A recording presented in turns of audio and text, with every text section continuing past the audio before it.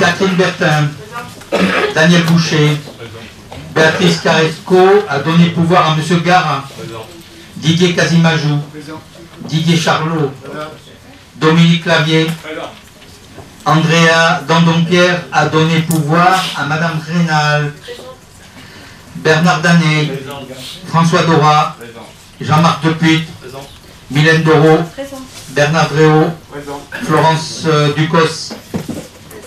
Ducos, excuse-moi, Thomas Filiat, Maryse Fortinon, Bruno Garabos a donné pouvoir à Sylvie Porta, Michel Gara, Jérôme Gauthier, Alain Giroir, Vincent Joanneau, Pierre Laïto, Michel Latapi,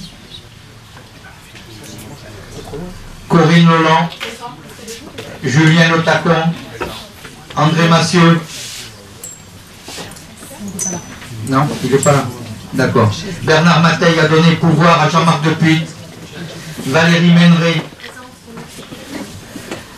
Jean-Bernard Papin, Frédéric Pédurand, Patricia Peigné, Jean-Marc Pelletan, Jean-Claude Pérez, Denis Pernin, Sylvie Porta, Alain Quérens, Pascal Rappé, Audrey Rénal, Denis Rennes a donné pouvoir à Jocelyn Doré, Marilyn Rideau. Elle est absente. D'accord. Françoise Sabatier-Querel. Jean-Patrick Soulet a donné pouvoir à M. Le Tacon. Aline Technay a donné pouvoir à Laurence Ducos. Voilà. Donc, je vous propose ce soir, pour assurer le secrétariat, Jean-Marc Depuy. Est-ce qu'il y a des oppositions? Des abstentions? Merci beaucoup. Donc, Jean-Marc, vous assurez ce soir, tu assures ce soir-là. Alors, pour information, il y a le retrait de la délibération finance concernant l'attribution d'une subvention d'équilibre en section de fonctionnement et une avance du budget principal, du budget annexe ZA, Coudane 1. Peut-être tu veux donner juste une explication? Oui, on a eu des précisions de la DGFiP hier après-midi en nous demandant de modifier la formulation de cette délibération. Donc comme on a un conseil communautaire la semaine prochaine, le temps de l'étudier et qu'on soit bien en phase avec la DGFiP, on l'a retirée ce soir et elle sera au prochain conseil communautaire. Je vous remercie. Merci beaucoup. Donc une deuxième information qui concerne l'avis de la CRC. Par un courrier en date du 27 octobre 2022, la Chambre régionale des comptes Nouvelle-Aquitaine nous informe d'une saisine du 19 octobre 2022 par maître Lionel Bernadou en sa qualité de conseil des communes de Barsac, de Budos, d'Arbanas et de Virelade en vue d'une demande d'inscription au budget de la communauté de communes Convergence Garonne d'une dépense obligatoire de 325 056 €. Dans ces avis numéro 2022-0255-1 à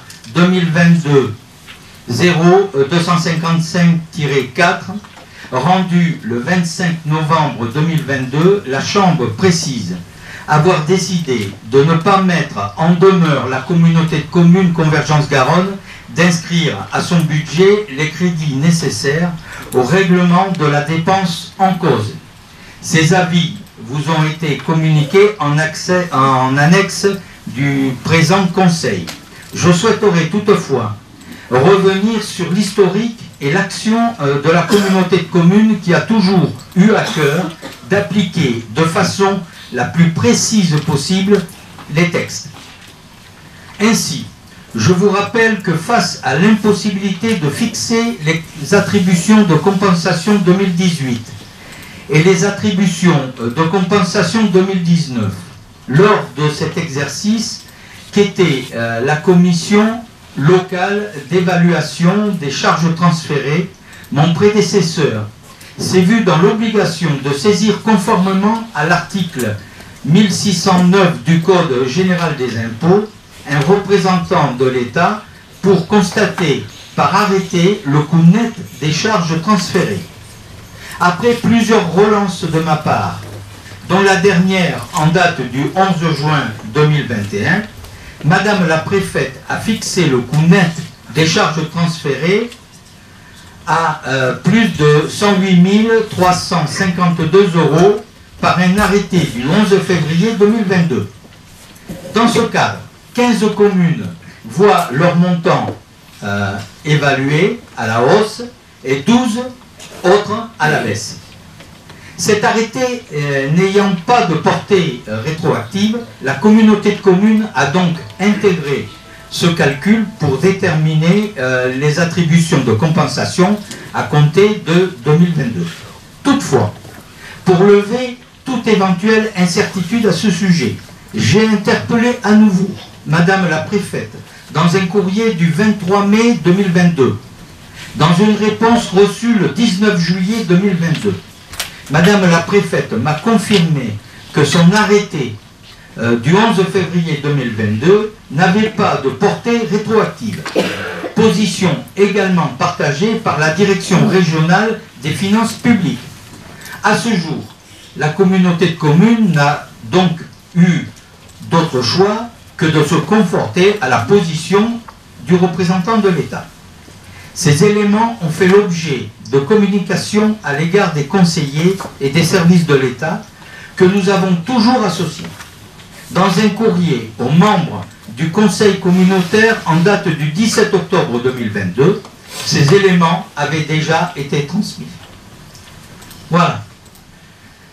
Donc on passe au point suivant qui est la liste des décisions du président.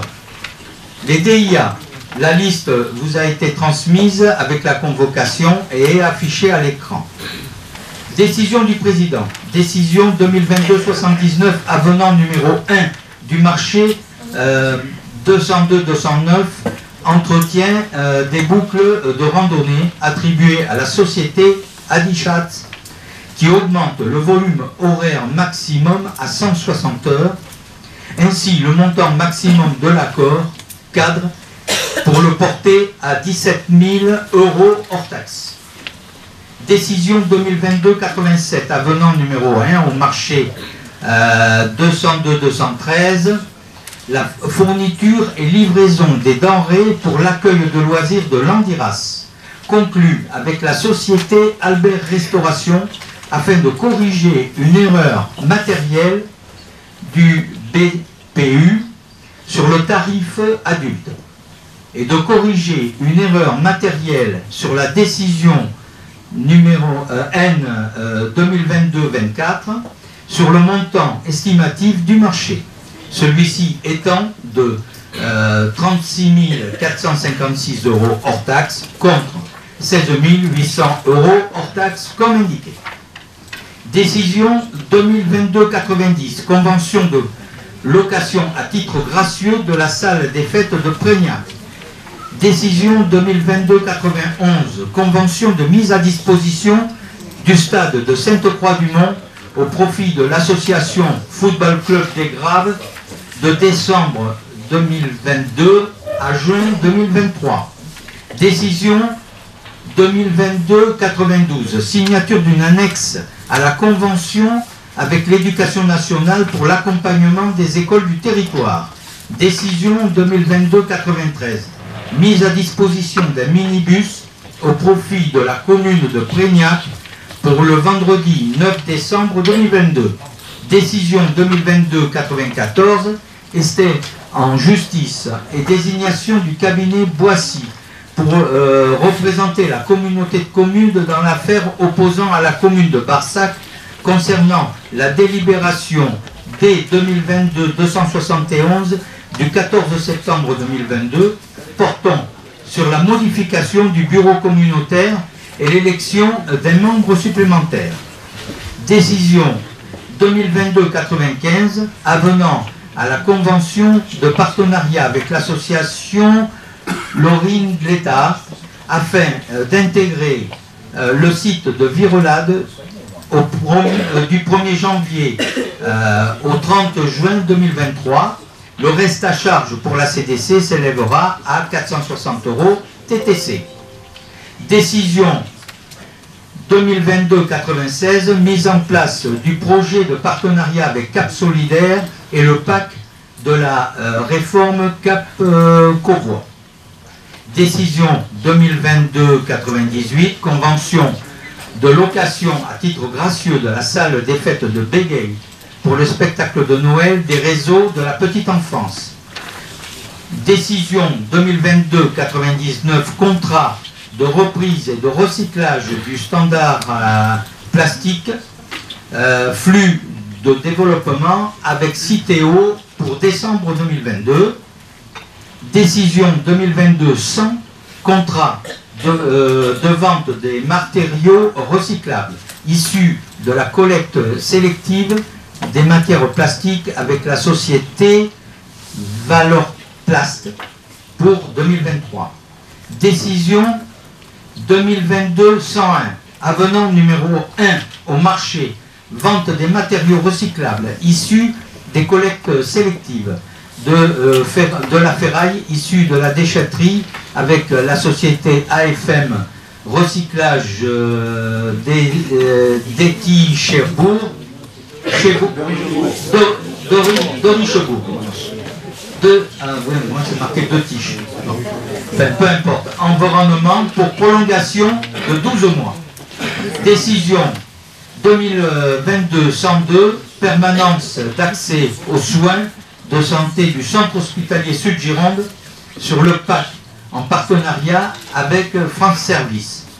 Décision, c'est la dernière, 2022-103, convention de mise à disposition des locaux du plage au profit de la mission locale pour la permanence d'une psychologue. Voilà l'ensemble des décisions, il y en avait pas mal. Donc nous passons aux délibérations. Première délibération, développement économique, ouverture dominicale des commerces de détail en 2023. Et je donne la parole au rapporteur Dominique Clavier. Oui, bonsoir à toutes et à tous. C'est une délibération qu'on a l'habitude de prendre en fin d'année. Comme vous le savez peut-être, au-delà de 5 ouvertures dominicales, il faut avoir un avis conforme de la municipalité et de la communauté de communes dont la municipalité dépend. Podensac a été donc saisi de cette demande, a donné un avis favorable à une ouverture à 12 dimanches, qui sont effectivement, et vous avez les dates. Donc on nous sollicite pour rendre un avis conforme et de façon à rendre possible cette disposition. Est-ce qu'il y a des questions là-dessus? Je propose de passer au vote. Le vote est ouvert. Non, pardon, ah non, attendez. C'est bon. Alors c'est bon, vous pouvez y aller.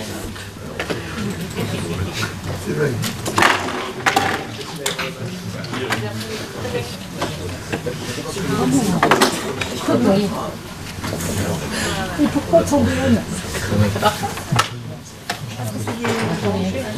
Voilà.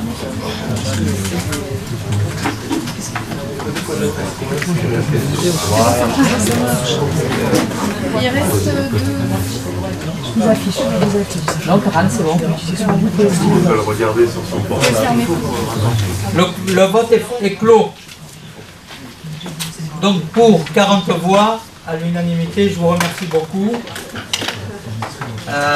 Délibération suivante concerne toujours le développement économique et c'est le renouvellement d'adhésion et partenariat avec l'Initiative Gironde et le rapporteur est toujours notre collègue Dominique Clavier. Oui, donc vous avez bien compris, c'est un renouvellement avec cette association que nous accompagne, enfin qui nous accompagne, avec qui nous travaillons depuis plusieurs années. L'objet de cette association, c'est, et je lis le texte, pour objet de financer et accompagner les créateurs et repreneurs de petites ou très petites entreprises qui ne disposent pas de fonds propres suffisants ou de garanties nécessaires à l'obtention d'un crédit bancaire traditionnel et qui ont besoin d'accompagnement. À ce titre, en 2022, 9 entreprises ou 9 porteurs de projets plutôt ont été accompagnés et un prêt d'honneur de 5 000 € a été accordé à une entreprise de notre secteur à Barsac. Il faut signaler qu'une entreprise qui bénéficie de prêts d'honneur, ça lui donne un atout auprès des réseaux bancaires. Et d'ailleurs, à ce sujet, cette entreprise a pu bénéficier d'un prêt du secteur bancaire de 16 000 €. Donc effectivement, cette action cette association est positive. Donc nous avons une subvention annuelle de 2 000 € que je vous demande de bien vouloir renouveler, mais je peux répondre à vos questions s'il y en a. On passe au vote, président. On passe au vote. Donc le vote est ouvert.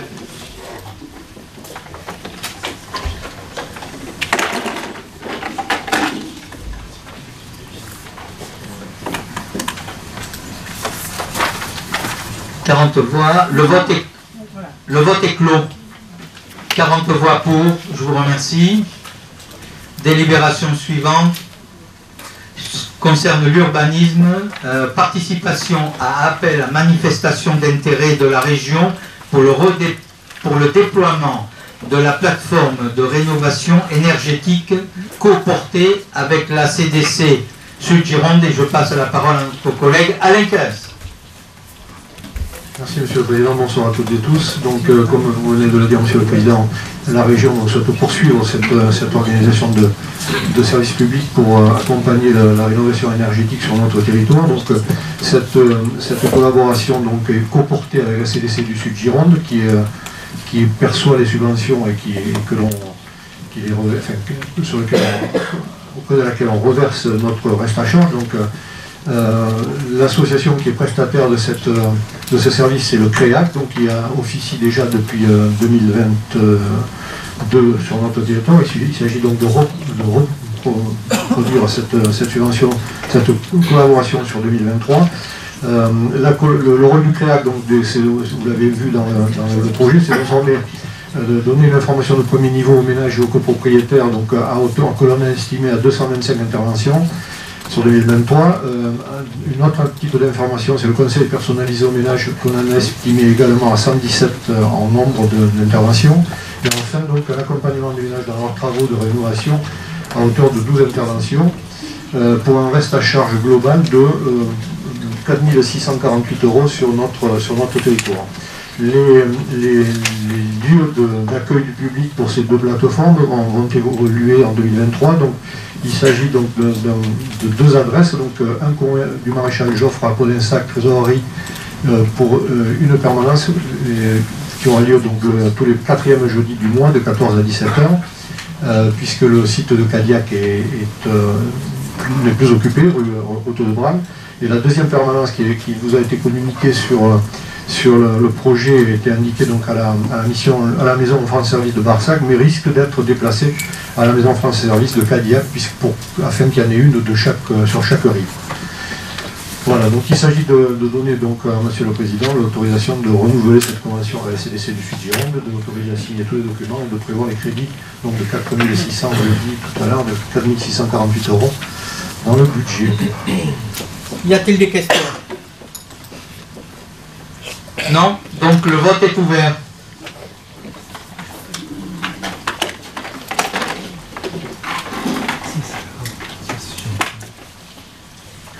Le vote est clos. Pour 40 voix, je vous remercie beaucoup. Délibération suivante qui concerne toujours l'urbanisme, c'est l'extension du DPU à l'intégralité des zones U et AU du PLU d'Ilas. Et la parole toujours à Alain Kellen. Oui, comme sur notre commune, donc effectivement, donc, il existe déjà un droit de préemption sur la commune d'Ilas concernant seulement les zones UC de leur PLU, qui avait été approuvé le 20/06/2012, donc c'était dans la centralité du bourg.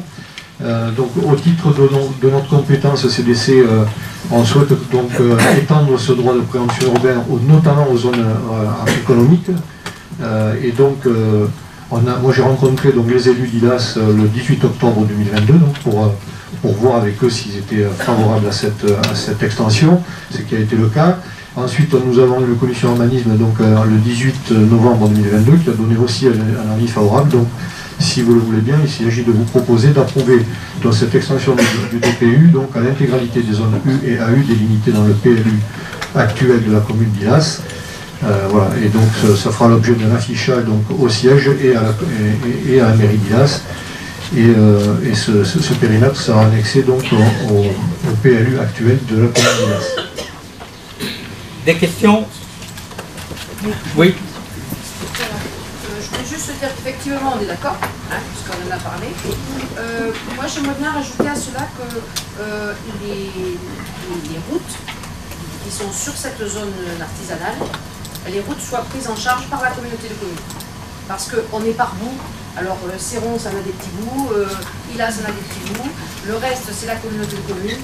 Donc, moi, je pense que on pourrait annexer à ça le fait que la communauté de communes prenne en charge l'intégralité de ces routes qui sont ces bouts de route. Voilà.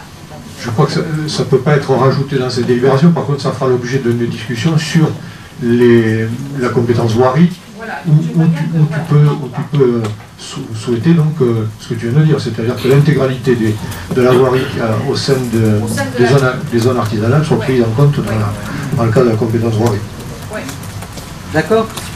C'est bon, c'est d'accord. Ouais, je suis d'accord. Voilà, je voulais juste appeler ça parce que là, c'est chaud. On n'est jamais deux fois, donc c'est pas jusqu'où on va, personne n'est d'accord. Là, parce que c'est une compétence. Monsieur Casimajou, mon collègue Casimajou, donc on a entendu le. Non, mais on regardera. Non, parce que tu te rappelles, on avait regardé et c'était que des petits bouts et c'est vraiment du plus grand n'importe quoi. Je pense qu'il y aura une homogénéité ici. Donc ton appel a été entendu, Patricia. Merci beaucoup. D'autres questions? Non? Le vote est ouvert.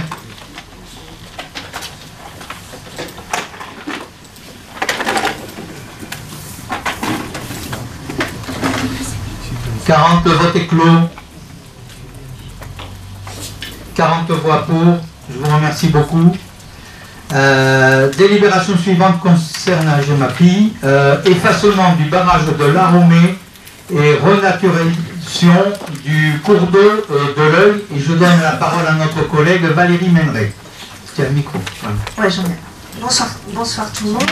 Je me lève parce que sinon je ne vous vois pas. Je vais faire court, c'est promis. Même si j'ai tendance à être longue, je vais faire court. Vous avez tous lu la délibération. Grosso modo, ça veut dire qu'on a un problème sur le barrage de l'Aromée et sur le cours d'eau de l'Œil, considérant un problème de danger et un problème de qualité de l'eau. On fait face à un cours d'eau depuis des années, qui c'est pas nouveau, hein, on l'a pas découvert cette année. Donc il y a Convergence et les communautés de communes et les mairies avant travaillé dessus. Face à un cours d'eau qui a une sédimentarisation importante, c'est-à-dire qu'en fait les sédiments ne s'en vont pas avec la fuite de l'eau. Voilà. Les sédiments sont arrêtés par le barrage. Le côté du barrage, vous avez 3 mètres de profond avant que l'eau puisse tomber, et donc tout s'arrête. On a ce problème. On a le problème que le barrage est dangereux.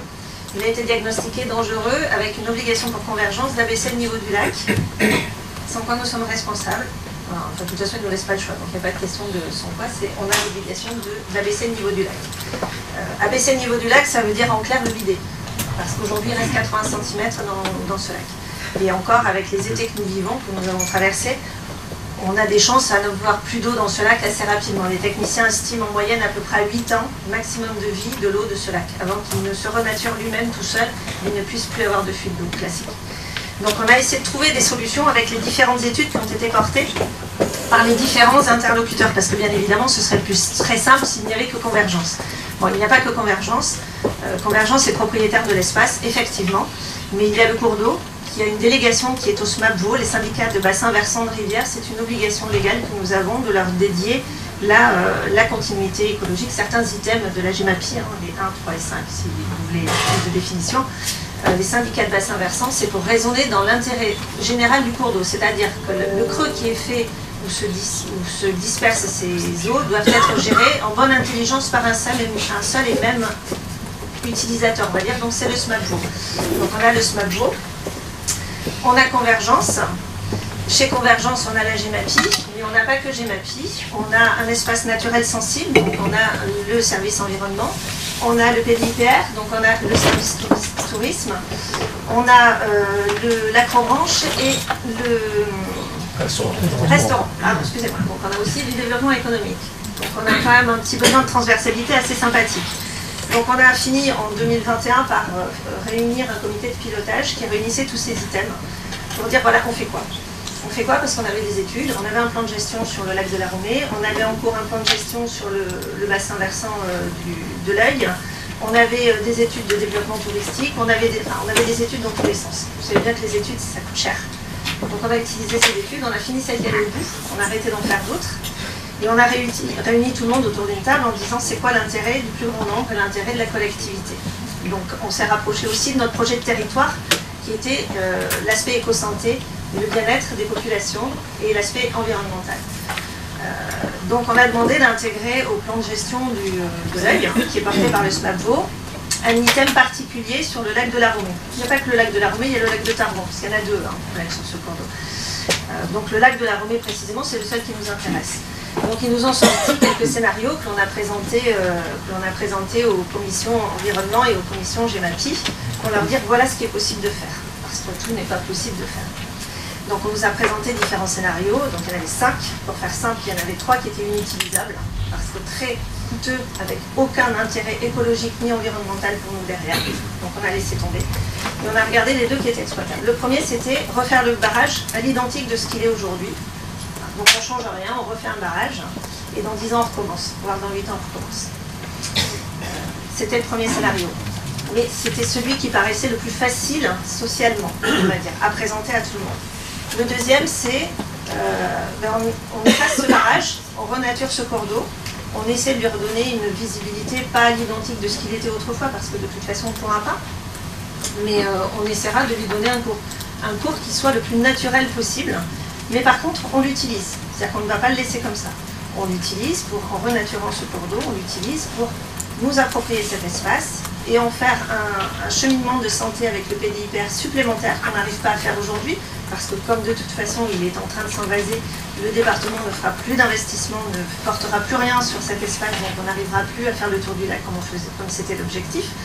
Enfin, et l'assèchement du lac fera que ce restaurant, dans 8 ans, n'aura plus absolument aucun intérêt pour les appels à manifestation que l'on fait, donc aucun restaurateur ne voudra aller s'y installer.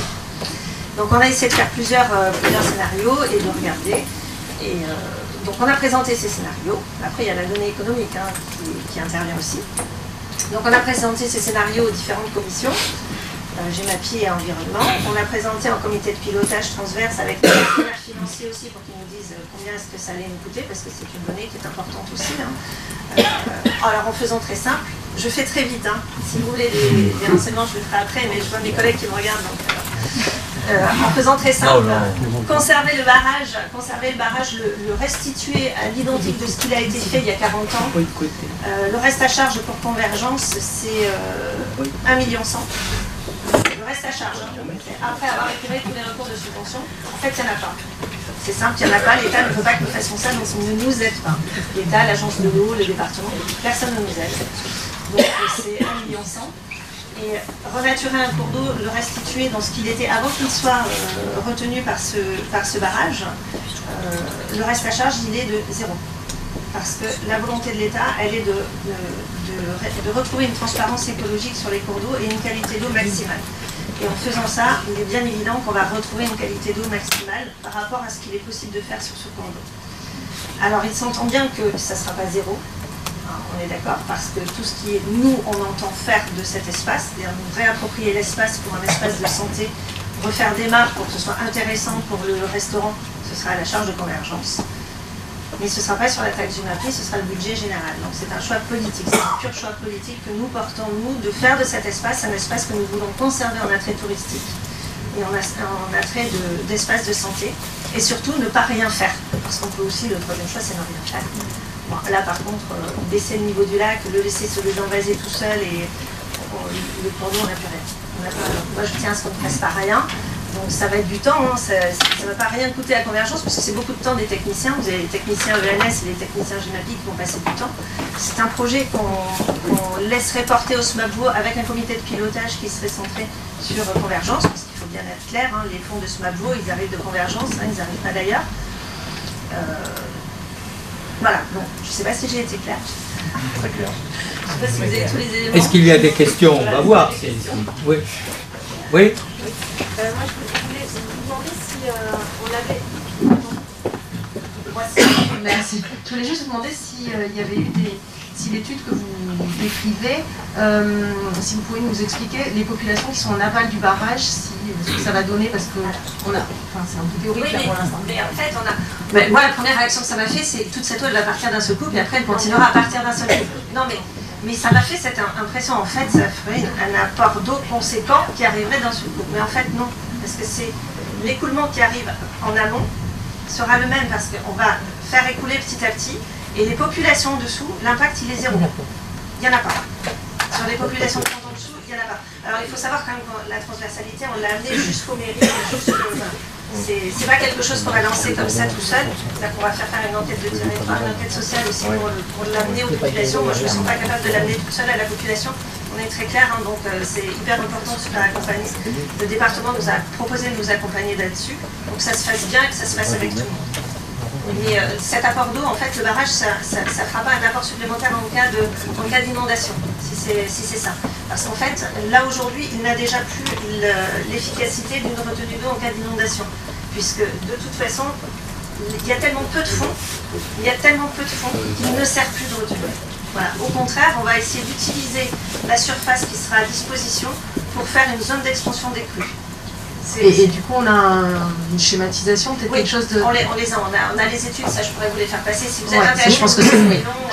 Je vous les ferai passer. On a les études et c'est vrai que après c'est quelque chose qui se fait très très encadré par l'État. Hein. Derrière, on a vraiment beaucoup d'aide. Je vous écoute. Oui, une intervention rapide. Donc sur la première question, sur le coup, vous avez répondu, Cassandra. Alors moi j'étais sur la toile, essayer de trouver des situations identiques. J'en ai trouvé une au Nouvelle-Aquitaine, du côté de Saint-Junien, voilà, en Haute-Vienne. Travaux dans la même situation. On observe que la région est intervenue pour financer. Là, on ne l'a pas dans les... En fait, la région va intervenir à des différents niveaux. On a, en fonction de la problématique que l'on a à l'origine, vous allez avoir différents partenaires. Vous avez l'agence de l'eau, vous avez le département, vous avez la région, vous avez différentes interventions qui vont intervenir. Là, aujourd'hui, au niveau où on est, on a nos partenaires, on a ces partenaires-là. Avec d'autres niveaux, par exemple, quand on en sera à aller chercher des sentiers nature, etc., on aura d'autres créneaux, C'est pour ça qu'il faut une transversalité complète sur ce dossier, parce que il y a des items que vous retrouverez en tourisme, des items que vous retrouverez en Deveco, des items parce qu'on ira là où on aura le plus d'argent à récupérer pour faire de ce site le plus joli site et le résultat le plus probant d'efficacité sur le territoire. Vraiment, pour en faire quelque chose de performant. Michel, qui souhaitait prendre la parole. Absolument, je souhaite prendre la parole. Donc la question, la première, tout d'abord pour la position, je suis entièrement d'accord avec ce qui a été dit, ça me paraît une solution tout à fait raisonnable. Ensuite, j'ai une question de forme, on aurait bien aimé avoir le dossier en amont, parce que c'est un dossier, comme vous l'avez dit, tout à fait riche, dense, et tout à fait intéressant, sur lequel on aurait bien voulu se plonger. Et dans les considérants, je vous fais remarquer vous faites référence à 2 avis de commission, environnement et GEMAPI, dont je n'ai pas trouvé la rédaction nulle part. Sur notre interface de la commune, je ne l'ai pas trouvé, de la communauté, je ne l'ai pas trouvé, et il n'était pas joint à la délibération, ce qui est dommage. Donc si on s'appuie sur des avis, autant avoir des avis... Alors, je suis d'accord, c'est de ma faute, je suis un peu exigeante avec les services, je le reconnais, et comme le compte-rendu ne me convenait pas, en fait, il a été envoyé lundi. Mais je me suis rendu compte d'une chose, monsieur Garas, c'est que je crois que vous êtes plus sur la GEMAPI, c'est monsieur Bloch. Exact. Donc c'est lui qui a été destinataire du compte-rendu. Ah bon, il a été destinataire quand? Lundi.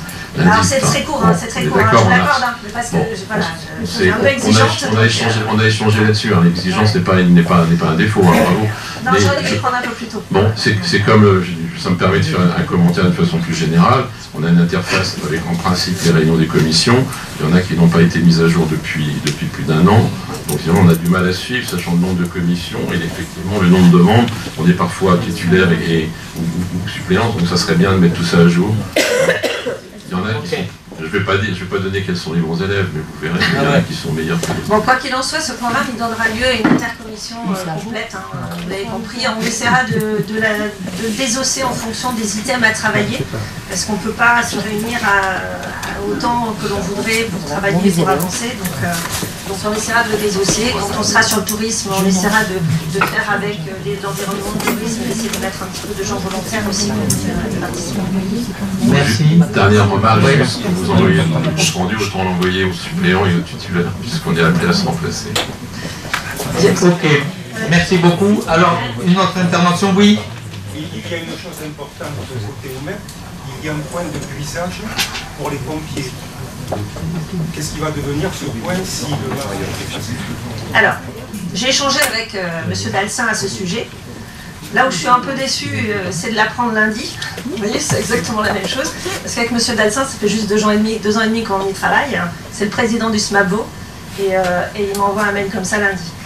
Et il est porteur du projet. Alors, je ne sais pas de qui c'est la compétence. Les services ont posé la question, mais c'est exactement comme pour vous avec les documents. De lundi à aujourd'hui, ils n'ont pas eu le temps d'avoir les réponses. Je ne suis pas tout à fait certaine que ce soit la compétence de Convergence. La question que j'ai posée à M. Dalsin, c'est vous auriez fait quoi dans 8 ans si on n'y fait rien? Parce que votre problème, il aurait été entier. Donc, on va voir, on va réfléchir. Mais de toute façon, dites-vous que là, on est sur le début. Donc maintenant, on va poser la transversalité avec les services de l'État. C'est eux qui vont nous donner un peu la temporalité, alors que je veux assez rapide, parce que j'aimerais bien qu'à la fin du mandat, on puisse vous livrer quelque chose. C'est quelque chose, moi j'aimerais bien le livrer avant la fin du mandat. Et pour répondre à votre question, M. Berlin, ça me revient. On est allé visiter des sites équivalents. Vous en avez un à Saint-Isant-de-Soudiac, qui est beaucoup plus petit, qui est plus proche. Il est beaucoup plus petit, mais on est allé le voir avec les maires concernés et avec les élus des commissions concernées qui ont voulu venir. C'est assez probant ce que l'on peut y voir. Voilà. Donc, juste une dernière question. Je comprends cette délibération comme étant un engagement de la CDC à faire de ce lieu un lieu écotouristique. Est-ce que j'ai bien compris? Oui. Absolument. Absolument. Ça, c'est excessivement important pour nous. Bon, ben, je remercie Valérie pour la clarté de ses propos. Est-ce qu'il n'y a plus de questions concernant ce point? Donc, le vote est ouvert.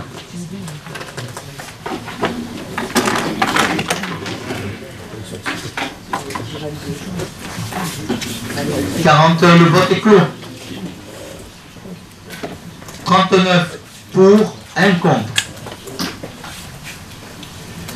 Délibération suivante concerne l'enfance et jeunesse, avenant à la convention d'objectifs et de partenariat 2022 du foyer rural de Paillé. Donc il m'appartient de le présenter parce que notre collègue Jean-Patrick Soulier est actuellement en vacances au soleil. Voilà, comme quoi il y en a qui savent se proposer. Bon, alors pour rappel, le foyer rural de Paillé est gestionnaire de l'accueil de loisirs d'une capacité de 46 enfants. La convention de partenariat que nous avions avec l'association arrive à son terme au 31 décembre prochain. Les éléments budgétaires fournis par l'association doivent être objectivés pour justifier les montants de fonctionnement versés par la CDC, notamment pour l'année 2023. Pour autant, le bon fonctionnement de l'association nécessite le versement d'un acompte dès le mois de janvier 2023. Il est donc proposé que l'application de la convention d'objectifs et de partenariat 2022 entre la communauté de communes Convergence Garonne et l'association du foyer rural de Paillé soit prorogée jusqu'au 30 avril 2023. Cette prolongation permettra au service de la CDC et à l'association de travailler sur une nouvelle convention d'objectifs. Dans l'attente d'une nouvelle convention CDC, la CDC maintient le versement d'une subvention de fonctionnement de 30 000 € afin de permettre à l'association de disposer d'une trésorerie suffisante. Ce montant sera bien évidemment pris en compte dans le calcul de la subvention 2023. Est-ce qu'il y a des questions concernant ce sujet? Donc je vous propose de voter. Le vote est ouvert.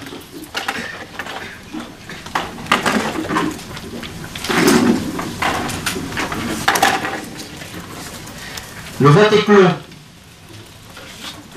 40 voix pour, je vous remercie beaucoup.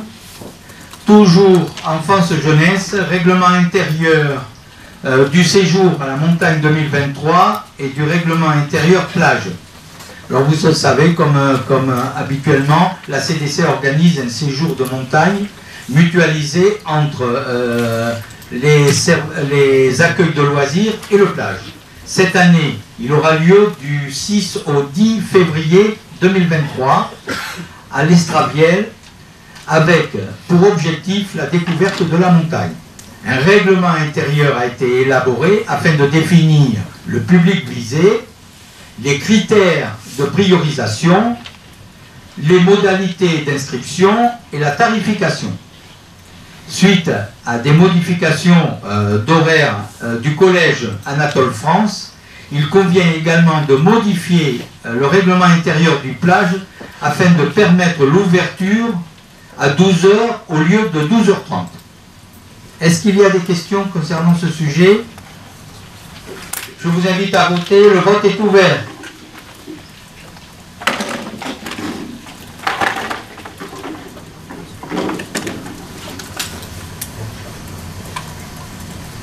Le vote est clos. 40 voix pour, je vous remercie beaucoup. Délibération suivante concerne le tourisme. Modification du projet de schéma communautaire pour l'inscription du plan départemental des itinéraires de promenade et de randonnée PDIPR. Et je donne la parole à notre collègue Thomas Fégard. Merci Monsieur le Président, bonsoir à toutes et à tous. Donc on en avait parlé, effectivement c'est une délibération qu'on a déjà prise en septembre, et je vous avais dit début octobre que finalement le département nous avait mis un critère supplémentaire, enfin plusieurs critères supplémentaires, notamment la suppression du projet de GR81 qui avait été en tout cas mis en avant par la Fédération de randonnée, et il voulait surtout avoir un relevé de maîtrise foncière. Voilà. Ce que nous avons fait, les propriétaires privés ont reçu un courrier donc, il y a 2 semaines.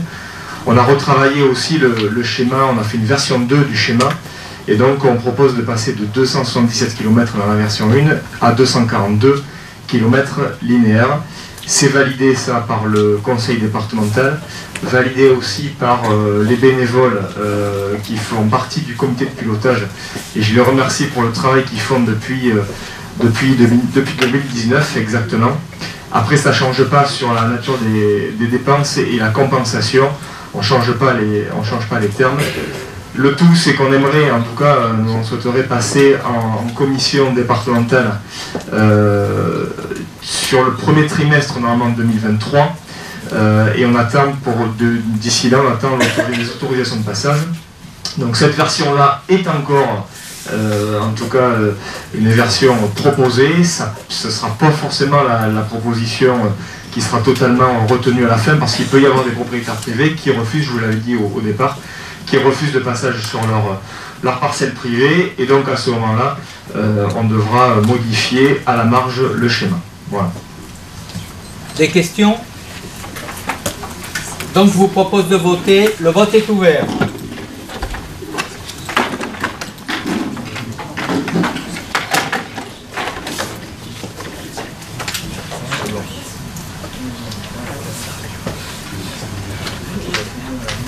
Le vote est clos. Pour 40 voix, à l'unanimité, je vous remercie beaucoup. Délibération suivante concerne les finances sur le budget principal M14 sans TVA. Vote d'une décision modificative 2022-005, et la parole est à notre collègue Dominique Clavier. Oui, je vais vous commenter rapidement. Oui, ça va mieux. Commenter rapidement les chiffres que vous avez eus dans le projet qu'on vous a envoyé. Donc vous avez une somme de 7613 qui apparaît, là c'est un changement de ligne à ligne et aucune incidence. Pour le reste, nous avons une somme de 3300 € qui correspond à une augmentation de charge pour la forge, puisqu'on a fait un spectacle de plus par rapport au plan initial. Le deuxième montant, c'est 2809 €.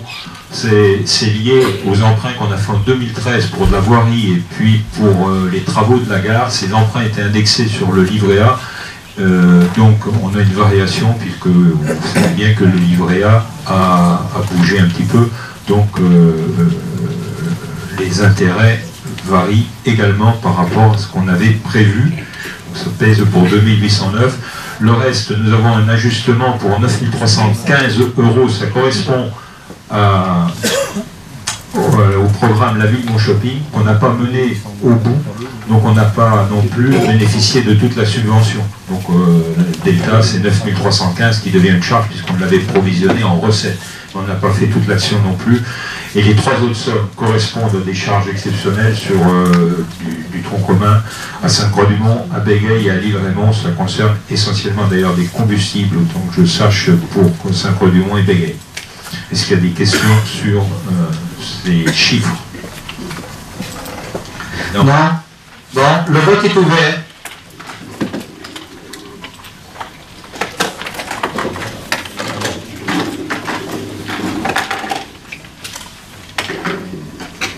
Le vote est clos. 40 voix. Je vous remercie. Toujours dans le cadre des finances, budget annexe déchets ménagers de Podensac, vote d'une décision modificative numéro 2022-003. Dominique Clavier, rapporteur. Donc, la décision qu'on vous demande de voter est affichée. Elle est un peu différente de celle qui vous a été communiquée. Pourquoi? Dans celle qui vous a été communiquée, on avait porté une somme de 298 000 € qui correspondait à un besoin d'emprunt concernant effectivement ce budget des déchets ménagers. On était en cours de finalisation des tarifs et il y avait plusieurs scénarios qui étaient sur la table, dont un consistait à faire un emprunt complémentaire pour financer l'achat des bacs.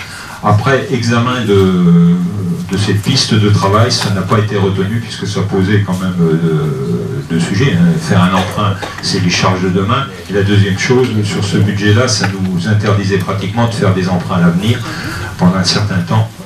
Donc on pouvait passer sans faire ces emprunts. Donc on avait fait cette écriture de précaution juridique et financière parce qu'on était liés par des dates très serrées. Elle n'a plus lieu d'être, c'est pour ça qu'aujourd'hui elle ne figure pas. Il figure simplement une somme qui correspond à 1 200 €. C'est la variation des frais de notaire sur l'achat du site de Virolade. On a une petite variation sur les frais de notaire. Je rappelle que le montant de l'achat, c'est 890 000 et des poussières. Donc il y a 1 200 € qui nous a été rajouté. Enfin, c'est les frais de notaire, c'est classique. Donc il nous manque ça sur la ligne pour pouvoir régler. Je rappelle que l'acte est définitif et signé depuis hier. Donc nous sommes propriétaires. Il n'y a plus qu'à envoyer l'argent. Des questions? Non? Je vous propose de voter. Le vote est ouvert.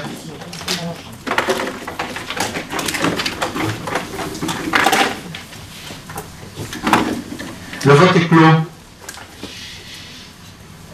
Adopté à l'unanimité, je vous remercie beaucoup. Donc la délibération suivante, toujours les finances, attribution d'équilibre du budget principal en section d'investissement au budget annexe Coudanne 2 et toujours Dominique.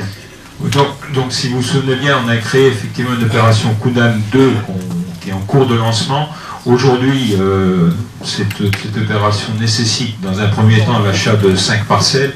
Aujourd'hui, on a des accords sur 4 parcelles sur 5 et il y en a 2 qui sont déjà signés. Donc on a une somme et on n'a pas de recette. Donc on doit abonder par le budget principal pour que ce budget soit recevable.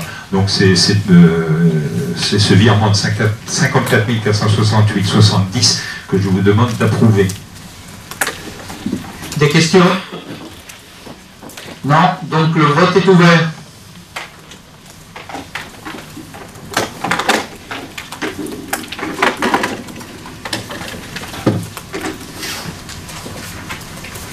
Le vote est clos. 40 voix, unanimité, je vous remercie beaucoup. Donc, toujours les finances, constitution d'une provision pour risques et charges. Dominique Clavier. Oui, donc je vous demande d'approuver effectivement une provision pour charges à hauteur de 45 000 € qui correspondent à trois sujets. Il y a 2 qui concernent des contentieux avec des agents qu'on a provisionnés pour l'une à 25 000 € et l'autre pour 18 000. Et une provision de 2 000 € pour des frais d'avocat, puisque nous avons, la commune de Barsac a introduit une action concernant la modalité de nomination d'un délégué supplémentaire. Donc on a pris la tâche d'un avocat. Donc voilà, nous sommes à 45 000 € de provision à constituer. Des questions? Donc le vote est ouvert.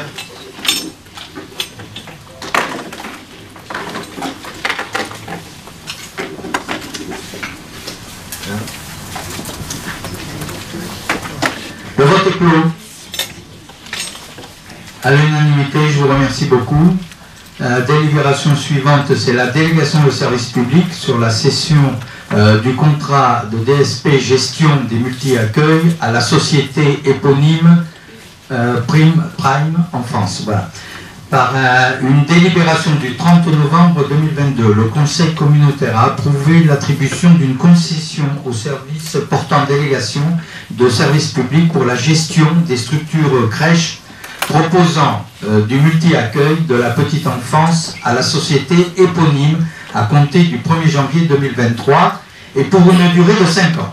La société éponyme sollicite une cession du contrat au profit de la société éponyme Prime Enfance.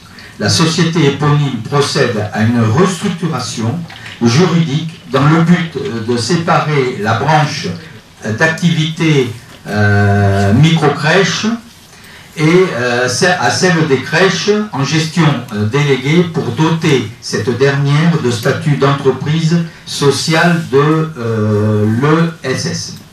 Il convient de préciser que la société éponyme Prime Enfance sera détenue dès sa constitution en intégralité par la société éponyme.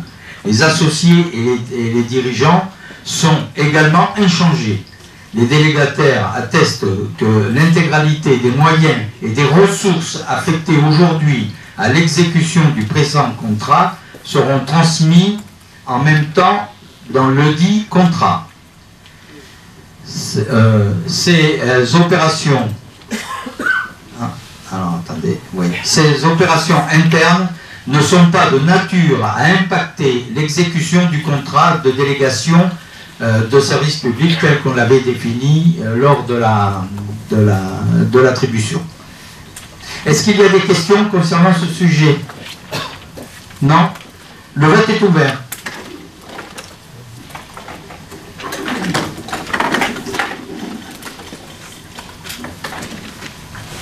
Le vote est clos.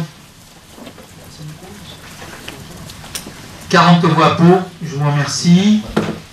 Adhésion à un groupement de commandes pour une participation à une étude d'implantation de solutions d'apport volontaire de proximité en Bastide et Centre-Bourg. Et je donne la parole à notre collègue Mylène Doro. Bonsoir mesdames et messieurs, donc le président a déjà tout dit dans le titre, c'est une adhésion à un groupement de commandes parce que nous rencontrons sur nos bastides et nos centres-bourgs, pour certaines communes, des problématiques concernant la collecte des déchets ménagers. Les camions ne peuvent pas forcément y passer et il faut trouver des solutions durables et convenables pour pouvoir s'orienter vers une amélioration pour remplacer ces déchets, peut-être en point d'apport volontaire, mais c'est l'étude qui nous le dira.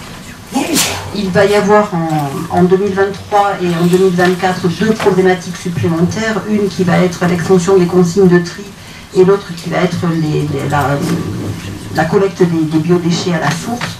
Donc il faut trouver des solutions de façon à pouvoir apporter aux personnes les moyens de pouvoir éliminer tous leurs déchets. Des collectivités ont souhaité se joindre à participer à cette étude, le CEMOCTOM et l'USTOM, dont nous ferions partie aussi de ce groupement de commandes. Le CEMOCTOM procéderait à l'ensemble des opérations, c'est-à-dire qu'il serait le coordonnateur de cette étude. Voilà, donc il vous est demandé par cette délibération d'adhérer au groupement de commandes qui représenterait le CEMOCTOM, l'USTOM et la CTC Convergence Garonne, et d'accepter que le CEMOCTOM soit le coordinateur de ce groupement, et par là même que la commission d'appel d'offres du CEMOCTOM soit la commission d'appel d'offres du groupement. Voilà, si vous avez des questions. Oui, Michel. Oui, j'ai une question, enfin j'en ai plusieurs. J'ai toujours une petite prévention, une petite aversion quand j'entends parler d'études. J'ai tendance à penser que souvent on fait trop d'études qui n'aboutissent pas ou qui aboutissent moyennement. J'allais dire, c'est un peu comme quand le gouvernement fait appel à des consultants, on ne s'est pas toujours interrogé sur le niveau d'intervention qu'on devait avoir pour une étude. Est-ce qu'on doit la faire en amont ou plus en aval après une réflexion plus prononcée? En ce qui concerne la rive gauche, en ce qui concerne ce qui nous occupe ce soir, là, la rive gauche, on est moins avancé que le CEMOCTOM, je pense, dans notre réflexion. On a un chantier qui va s'ouvrir, qui est important, qui est la remise à plat de notre redevance incitative après 10 ans d'existence. On a déjà vu en commission qu'il y avait plusieurs voies qui s'ouvraient à nous. On n'a jamais du reste parlé de cette étude en commission, ce qui je le juge un peu dommage. Donc je pense qu'on est moins avancé que le CEMOCTOM et qu'on n'a pas la même problématique par rapport à notre redevance incitative. Et je pense que cette étude, si elle doit avoir lieu en ce qui nous concerne sur la rive gauche, elle est largement prématurée, puisqu'on doit avoir une réflexion antérieure. Alors ça, c'était la question sur le fond. Ensuite, sur la forme, j'aurais aimé qu'on en parle en commission, c'est toujours pareil, on apprend un peu les choses à des moments. Et je suis un peu surpris par le calcul qui a été fait sur la répartition des charges. La répartition des charges, on arrive à 20 sur la commission Convergence Garonne, on arrive à 20% du budget. 20% du budget, je rappelle, le budget il est de 80 000 euros, hein, donc ça fait 16 000 euros. Comment ceci est calculé? Donc je pensais bêtement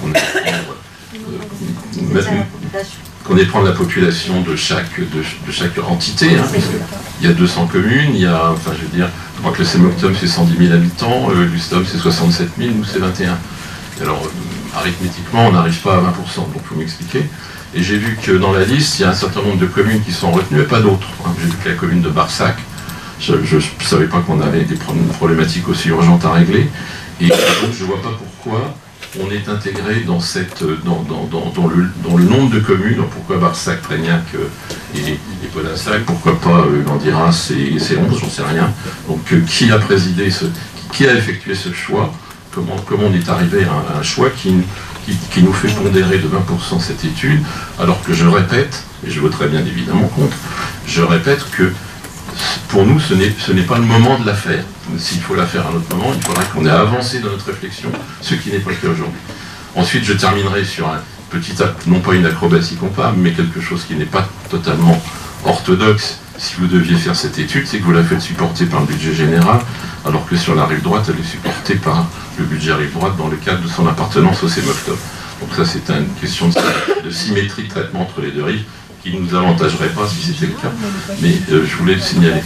Général, théoriquement, elle est sur le budget des ordures ménagères. Hein. Pardon? Elle n'est pas sur le budget général, elle est sur le budget des ordures ménagères. On nous prend à quel moment on l'a vu dans notre budget prévisionnel 2023? En commission sur la dernière... Elle est sur le budget qu'on a présenté avant-hier, on n'en a pas parlé avant-hier. Oui, elle était dessus. On n'en a pas parlé avant-hier. On n'en a pas parlé avant-hier, je suis désolé, moi j'ai jamais entendu parler de ce truc-là. Je n'y étais pas avant-hier et je le regrette, donc je ne peux pas vous affirmer que vous en ayez enfin, voilà. pas parce que je n'y étais pas. De toute façon, moi j'aurais souhaité qu'il ne soit pas dans la mesure où... Mais on en a déjà parlé. Alors, effectivement, nous ne rencontrons peut-être pas les problématiques de Cadillac et de Rion, ceux qui ont des bastides et où les camions ne peuvent pas passer, mais nous le rencontrons sur des communes de la rive gauche, où effectivement, il y a des personnes qui ne peuvent pas rentrer leurs poubelles, et on le voit bien sur le centre-bourg de Podinsac également, où les personnes sont obligées de laisser leurs containers sur le bord, et notamment en centre-bourg, là près de la poste, il y a toujours un gros amas de containers. Donc voilà, c'est une problématique qui se passe aussi sur notre territoire. Je dis pas qu'il n'y a pas de problème, je dis pas qu'il n'y a pas de problème, je dis que c'est prématuré par rapport au travail qu'on a à faire sur, et tout à fait prématuré, et que c'est très différent de ce qui peut passer sur les droits, et je ne comprends pas comment les communes ont été identifiées, et comment on se retrouve à financer 20% de ce budget. C'est notre prestataire de service, hein, c'est tout simplement la COVED qui nous a fait remonter ces informations et qui a des problématiques. Ça aurait été intéressant que les communes concernées soient au courant, puisque ça ils n'a l'ont pas été le fait cas. remonter au service. Franchement, ils ont des problématiques et ils nous font remonter. Pas franchement, je veux dire, c'est pas aux fournisseurs, c'est aussi à nous. C'est eux qui collectent, donc. Mais c'est aussi à nous de donner notre avis sur ce genre d'études. Et je pense que c'est pas le moment de faire cette étude maintenant en ce qui nous concerne sur la rive gauche. Non, oui, tout à fait. Ok, d'autres questions? Donc le vote est ouvert.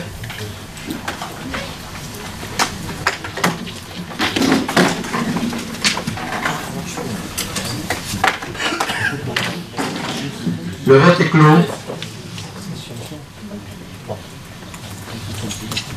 Donc 30 voix pour, 8 contre et 2 abstentions.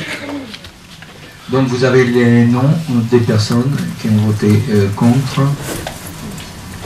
et les personnes qui se sont abstenues. Délibération suivante. Marché public, toujours le contrat ayant pour objet le transit, le transport et le tri en ECT des collectes sélectives ainsi que les traitements des refus et la revente des matières en sortie de centre de tri par la SPL Tri-Gironde. Et c'est toujours notre collègue Mylène Doron qui en fait la présentation. Bien, donc comme vous le savez, la communauté de communes donc, est actionnaire du centre de tri de la SPL Tri-Gironde. Là, nous allons passer dans une phase transitoire où le nouveau centre de tri de la SPL ne sera opérationnel et, voilà, avec les recours qui ont été opposés à cette création. Donc le centre de tri ayant pris du retard, nous sommes dans une phase transitoire. Et donc dans cette phase transitoire, qui va débuter à partir du 1er janvier 2023, c'est le centre de tri, la CDC, va confier à la SPL un contrat qui aura pour objet le transit, le transport et le tri des collectes sélectives jusqu'au des centres de tri tiers, ainsi que le traitement des refus et la revente des matières en sortie des centres de tri. Donc par conséquent, à partir du 1er janvier 2023, la SPL va se substituer à la CDC dans l'exécution du marché public de tri et de valorisation des emballages, journaux et magazines qu'elle a conclu avec la société Coved. Donc la SPL Tri-Gironde se chargera donc de régler les sommes dues au titre du marché aux titulaires. Donc ce soir, il est donc proposé au Conseil communautaire d'approuver le dit contrat en quasi-régie et ayant pour objet le transit, le transport, le tri de la collecte sélective ainsi que le traitement des refus de revente en sortie du tri de la SPL durant la phase transitoire. Donc d'approuver les conclusions de ce contrat et d'autoriser le président à signer le dit contrat et à accomplir les formalités afférentes à la notification et en son entrée en vigueur. Des questions? Non? Donc je vous propose de voter. Le vote est ouvert.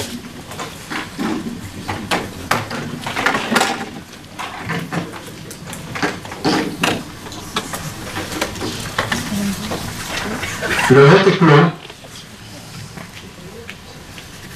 Donc 31 voix pour, 9 voix contre. Les voix contre, voilà. Donc vous les avez affichées. Voilà. Ok. Donc c'est un avenant au marché de tri pour la valorisation des emballages, journaux et magazines. Donc nous avons signé, le président a signé un marché de tri de valorisation des emballages avec la société Coved. Un avenant est nécessaire pour prendre en compte deux modifications. Il faut savoir que tout d'abord, le marché initial prévoyait que le lieu de tri serait le centre de tri SML du Confluent basé à Nicole jusqu'au 31 décembre 2022, ce qui n'est plus le cas, puisque depuis le 29 novembre 2022, la société Coved a repris notre tri suite à des difficultés avec le centre de tri du 47, a repris nos tri sur ILATS. Donc il faut acter ce changement donc pour la période de novembre allant jusqu'à la fin de l'année 2022.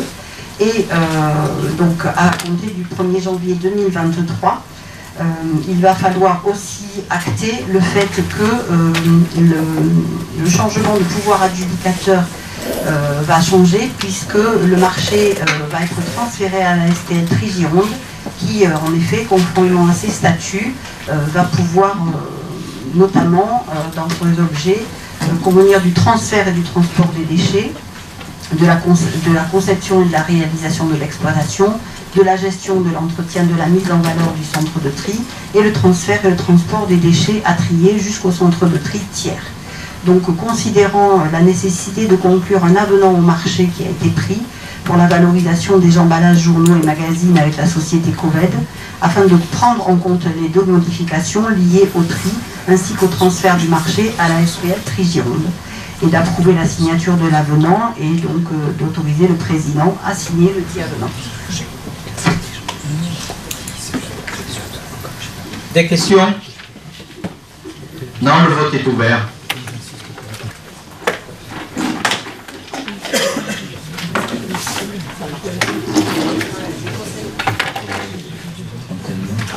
Le vote est clos. 31 voix pour, 7 contre, 2 abstentions. Vous avez les fichiers, les 2 abstentions et les votes contre. Voilà, merci. On arrive à l'approbation du PV du Conseil communautaire du 30 novembre 2022. Est-ce qu'il y a des remarques, des observations particulières?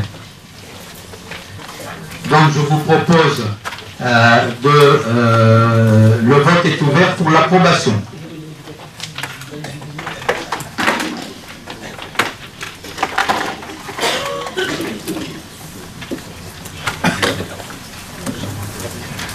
Voix. 40 voix pour, je vous remercie beaucoup. Donc en suivant, il n'y a pas eu de dépôt de questions orales, mais notre collègue maire de Riom souhaite intervenir. Vas-y.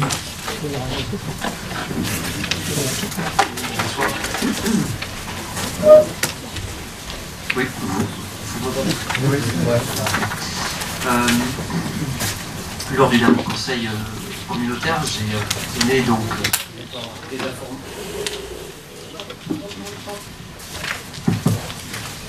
Lors du dernier conseil communautaire, j'ai donné des informations sur là où l'on en était des discussions entre les partenaires du festival et du festival Rouet-Pizou et la communauté de communes. Nous avons eu, donc à titre d'information, je donne des informations à l'Assemblée, puisque nous sommes une Assemblée élue et souveraine. Nous avons donc la position de la communauté de communes pour les fins du bureau communautaire, et celle-ci, 2023, une somme, une subvention de 10 000 € et la totalité des heures RH identique à 2022. 2024, il y aura une subvention à la volonté, sur proposition de la commission future, et la moitié des heures RH, et 2025, la subvention à la volonté, à l'avis de la commission culture, et aucune heure RH. Pour rappel, donc, le reste à charge financier de la communauté de communes sur la base de 2022, c'est 40 000 € et 30 000 € d'heures RH mis à disposition au bénéfice de la commune du festival. Clairement, pour la commune de Riom, pour peu qu'elle reprenne le festival, c'est trouver 30 000 € en 2023 et 55 000 € en 2024. Donc la conséquence, dans ce contexte-là, le bureau communautaire choisit de porter un coup fatal à l'existence du festival Rue et Vous. Un chef-d'œuvre, une création humaine, chaque année renouvelée, qui réunit depuis plus de 15 ans des milliers d'habitants et de festivaliers, grâce aux apports financiers et humains de collectivités, mais aussi grâce à l'engagement humain et financier qui ne s'est jamais démenti de musaraignes, forte d'une centaine de bénévoles et de dizaines d'autres sympathisants et hébergeurs. L'austérité financière est-elle devenue la seule boussole de notre communauté de communes? Pour la culture et plus particulièrement le festival, vous invoquez les économies de gestion pour mieux masquer vos intentions. Vous considérez qu'une communauté de communes ne doit pas organiser de manifestations, et même ce dont elle a la charge, et par exemple la constatation sur les mobilités pour laquelle elle n'a pas su communiquer correctement. Faire le choix d'organiser ou non un événement est un choix très politique et après un choix financier. Vous avez décidé d'en terminer avec le festival Rue et Vous dans le secret de l'alcôve du mardi soir.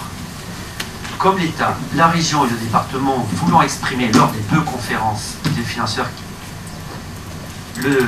l'État, la région et le département sont prêts à aider et veulent continuer de soutenir financièrement cette initiative culturelle et humaine rarissime en Aquitaine. Nombre de collectivités nous envient le festival Rue et Vous. La meilleure réponse du bureau communautaire, abandonner le festival. Faut-il en conclure que ce qui fonctionne bien, trouve son intérêt et son efficacité sociale, doit être abandonné? Les faits sont là. Vous avez pris la décision sans en faire part à la commune de Riance. Il a fallu que je sollicite Monsieur le Président dans le bus qui nous ramenait de la journée des maires à Plassac fin septembre 2022 pour qu'il m'informe des intentions du bureau communautaire. Intentions qui se sont avérées quelque peu différentes de ce qui avait été annoncé en juillet. Puisque Monsieur le Président indique être la voix de la volonté du bureau communautaire, je le respecte, je m'adresse directement au bureau communautaire. La commune de Riance a toujours recherché l'intérêt communautaire et le travail collectif. Trouvez un seul exemple qui soutiendrait le contraire. Je m'adresse maintenant directement au conseil communautaire. Le bureau communautaire a mis presque un an à signifier sa position à la commune de Riance. Le bureau communautaire condamne la commune de Riance à faire le choix d'assumer ou pas l'organisation du festival qui réunit 5000 festivaliers et on doit faire le travail en 6 mois. Le défi est quasi insurmontable. Dans la perspective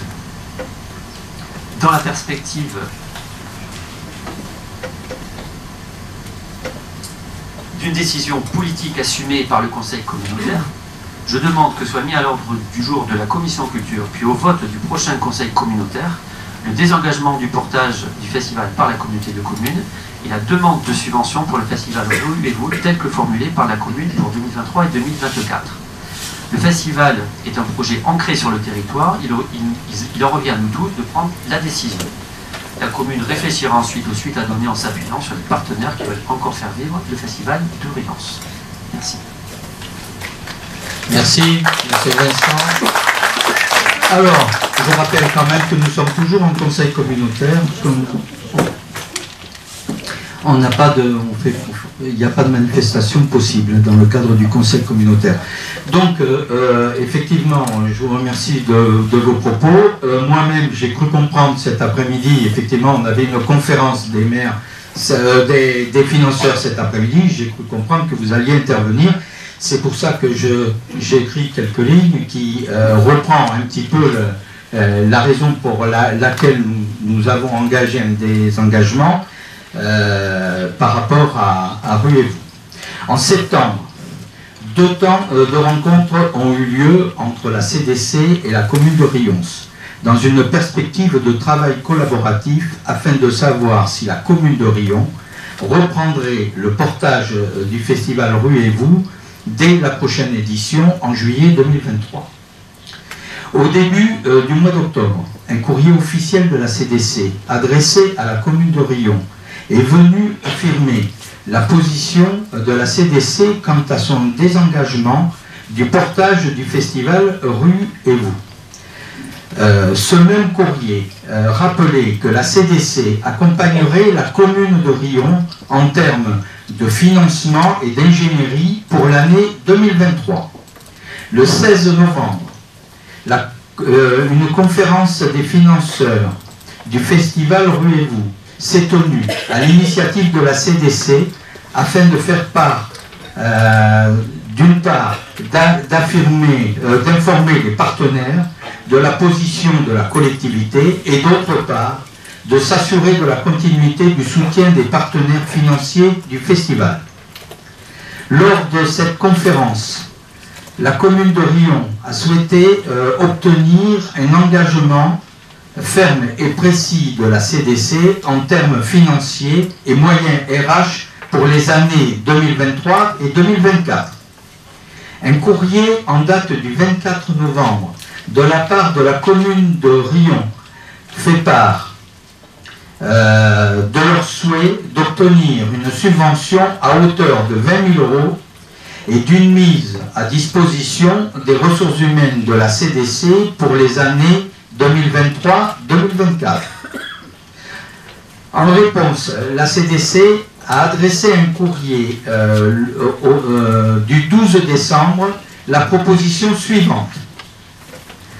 Année 2023, mise à disposition de 100% des ressources humaines, plus 10 000 €.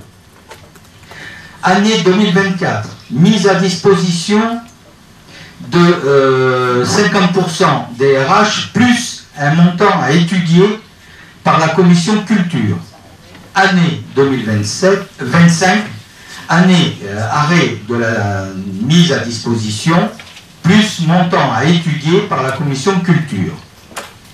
Cette décision est motivée d'une part en raison d'un environnement économique instable qui oblige à une très grande prudence budgétaire et d'autre part avec la volonté de la CDC de faire évoluer sa politique culturelle pour mieux répondre aux besoins des habitants et assurer une meilleure couverture territoriale.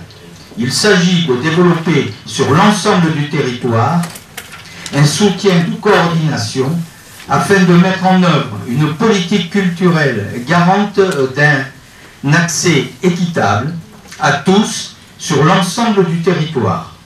L'intérêt du festival n'est absolument pas remis en question. Toutefois, les montants autrefois mobilisés sur ce seul festival feront l'objet à l'avenir d'un travail plus territorialisé. Voilà, je vous remercie. Je vous rappelle que le prochain conseil communautaire aura lieu le mercredi 21, ici, dans ces mêmes lieux. Voilà, et le conseil communautaire est clos.